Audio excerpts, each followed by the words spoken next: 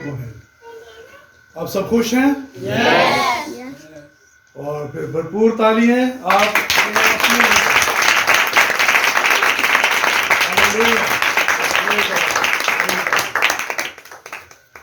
اچھا جی، ابھی ہم 12 بجے کے بعد کرسمس کا آغاز ہو جائے گا، اور آج جو ہے لاسٹ سنڈے ہے ایڈوینٹ سیزن کا.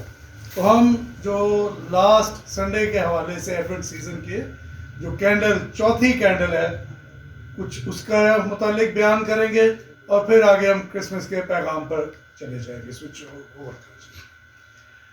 چوتھی کینڈل جو ہے، جو چوتھا اتوار ہے، وہ ہے کینڈل آف پیس، امن کی کینڈل، اور اس کا رنگ بھی پرپل ہوتا ہے. اور آج جو دور گزر رہا ہے جس میں سے ہم چل رہے ہیں، ہر شخص امن اور شانتی چاہتا ہے. ہر شخص کی یہ خواہش ہے کہ اس کے گھرانے میں امن اور سلامتی ہو. معاشرے میں اب اس کا فقدان ہوتا چلا جا رہا ہے. ہر جگہ آپ دیکھیں تو نفسا نفسی کا عالم ہے. گھرانوں میں ایک سٹریس کا ماحول ہے، ایک کانفلکٹ ہے، آپس میں لوگوں کی رائے نہیں ملتی. اور اسی طرح یہ جو کنفلکٹ ہے، یہ معاشرے میں بھی اس حد تک بڑھ چکا ہے کہ لوگوں میں عدم برداشت ہو چکا ہے. لوگ کسی کی بات برداشت کرنے کے لیے تیار نہیں. آپ دیکھتے ہیں گلی میں، محلے میں، سڑک پہ ہر چوتھا پانچواں بندہ جو ہے وہ کسی نہ کسی سے الجھ رہا ہے، یا لڑ رہا ہے، یا وہ جھگڑ رہا ہے. اور یہی ایک رائے نہ ہونا جو ہے، گھروں میں بھی یہ پرابلم پائی جاتی ہے. لیکن ہم خداوند کے شکر گزار ہیں کہ ہم وہ لوگ ہیں جو کہ مسیح یسوع کے وسیلہ سے ہم یہ کہہ سکتے ہیں کہ ہم لوگ خوش قسمت ہیں، کیونکہ مسیح یسوع کے وسیلہ سے ہی ہم خدا کو باپ کہہ کر پکار سکتے ہیں. یہ اور کوئی قوم یا اور کسی امت کو یہ چیز میسر نہیں ہے کہ وہ خدا کو باپ کہہ کے پکار سکے. وہ لوگ آقا کہیں گے، وہ کچھ اور کہیں گے، لیکن باپ نہیں کہہ پاتے. ہمارا منجی خداوند یسوع مسیح نہ صرف ہماری امید ہے، بلکہ ہمارے لیے امن کا نشان اور امن کا پیغام ہے. اس خوشخبری کی روشن مثال جو ہے لوکا کی انجیل 2 باب اور اس کی 13ویں اور 14ویں آیت میں ہم دیکھ سکتے ہیں، جہاں پہ لکھا ہے،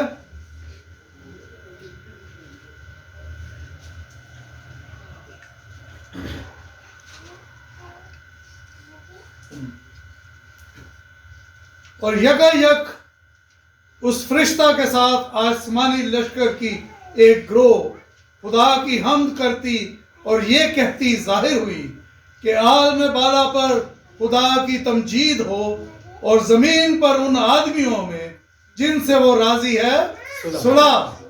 ہلیلویہ. یہ ایک گروہ جو ہے وہ آسمان سے نمودار ہوا، اور اس فرشتے کے ساتھ مل کر انہوں نے اس عالمگیر گیت کو گایا. انہوں نے خداوند یسوع مسیح کا جو یہاں پہ پیغام تھا اس کو آگے بڑھایا کہ عالم بالا پر خدا کی تمجید ہو، اور زمین پر ان آدمیوں سے جن سے وہ راضی ہے صلح. یہاں پر سب آدمیوں کا نہیں کہا گیا، جن سے وہ راضی ہے، یعنی جو لوگ خدا کی مرضی کے تابع ہیں، جو لوگ خدا کے فرمانبردار ہیں، ان لوگوں سے خدا راضی ہے، اور ان کے لیے خدا نے صلح کی پیشکش کی ہے. اور اگر ہم یوحنا کی انجیل اس کا 14واں باب اور اس کی 27ویں آیت میں دیکھیں تو وہاں پر لکھا ہے، میں تمہیں اطمینان دیے جاتا ہوں، اپنا اطمینان تمہیں دیتا ہوں. جس طرح دنیا دیتی ہے میں تمہیں اس طرح نہیں دیتا. آگے کیا لکھا ہے جی؟ تمہارا دل نہ گھبرائے اور نہ ڈرے. یہاں پر لکھا ہے، خدا کہہ رہا ہے، خدا ان کا کلام کہتا ہے کہ میں تمہیں اطمینان دے رہا ہوں اور اپنا اطمینان تمہیں دے رہا ہوں.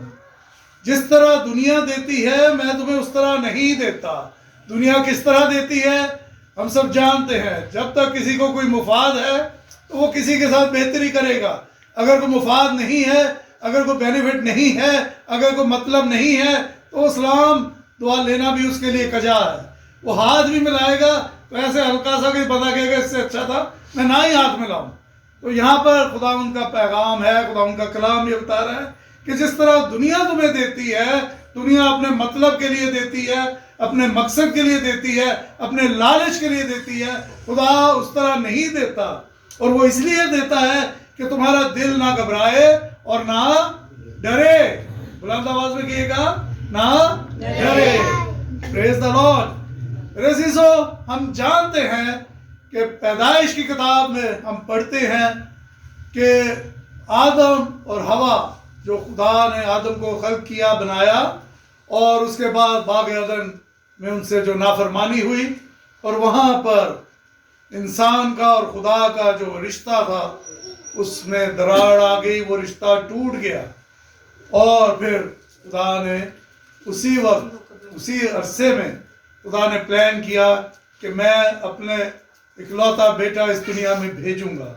اور پھر وہاں پہ یہ بھی کہا گیا کہ وہ عورت کی نسل سے ہوگا، اور سانپ کو کہا کہ وہ تیرا سر کچلے گا اور تو اس کی ایڑی پر کاٹے گا. تو یہ تمام پیشن گوئیاں جو ہیں وہ پیدائش کی کتاب سے ہی، باغ عدن سے ہی وہ یسوع مسیح کے متعلق ہونا شروع ہوگی. میرے عزیزو، اگر خداوند یسوع مسیح متجسم ہو کر اس دنیا میں نہ آتے تو شاید پھر وہ صلیب کا واقعہ بھی نہیں ہو سکتا تھا. اگر صلیب کا واقعہ نہ ہوتا تو ابلیس جو ہے وہ زیر نہیں ہوتا.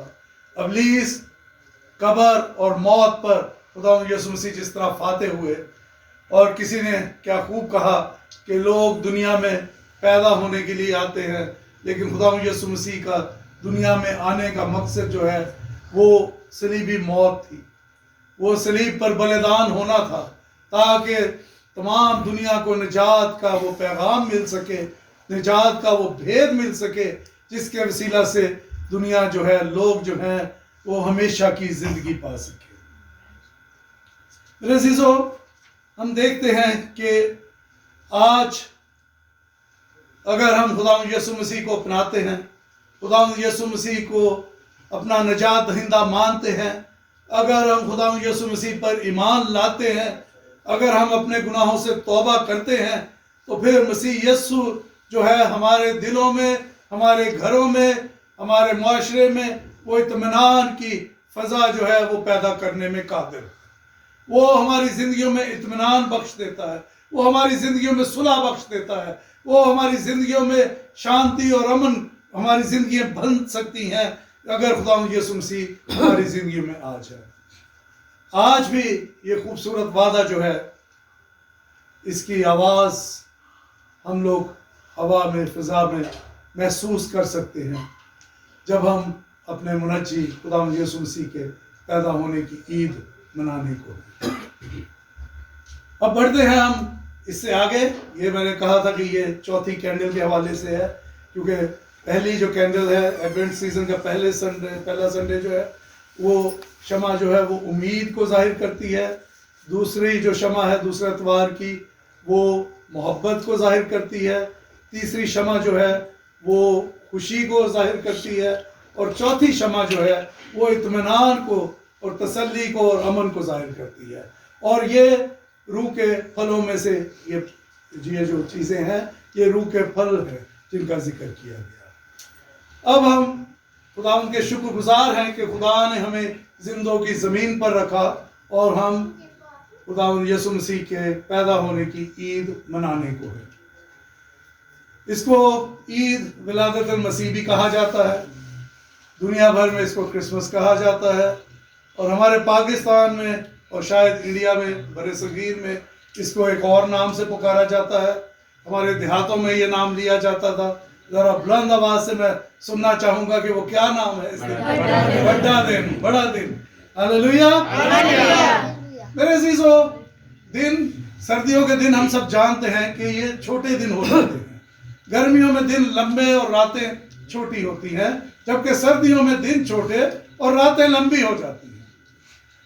اور یہ جو دن ہے یہ بھی سخت سردی کا دن تھا، اور اس دن کو بڑا دن کیوں کہا گیا، کیوں کہا جاتا ہے؟ حالانکہ دن میں وہی 24 گھنٹے ہیں، وہی 8 پہر ہیں، وہی صبح اور شام ہے، لیکن یہ دن جو ہے